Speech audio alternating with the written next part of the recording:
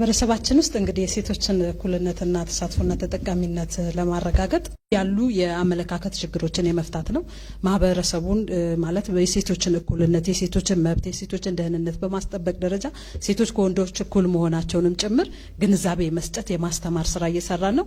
ማህበረሰቡ ራሱ የህግ ማቀፎችን እንዲያወጣ በመንግስት በኩል የሚወጡ ህጎች አሉ።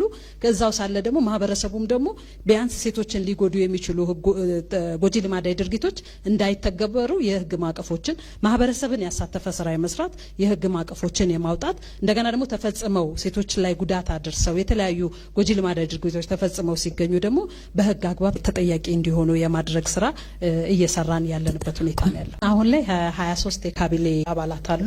ከዛ ውስጥ ከ23 ውስጥ 12ቱ ሴቶች ናቸው ማለት ነው። ስለዚህ በክልል ደረጃ በምናይበት ሰዓት በፌዴራል ደረጃ ካሉት የካቢኔ ወንበር ውስጥ 12ቱ ሴቶች ናቸው። በክልል ደረጃ በምናይበት ሰዓት የክልል ምክር ቤት አፈጉባኤዎች፣ የክልል ፕሬዝዳንቶች አሉ። እንዲሁም ደግሞ በተለያዩ የካቢኔ አደረጃጀት ውስጥ ሴቶች አሉ። ይህንን በምናይበት ሰዓት ከክልል ክልል ግን አፈጻጸሙ የተለያየ ነው።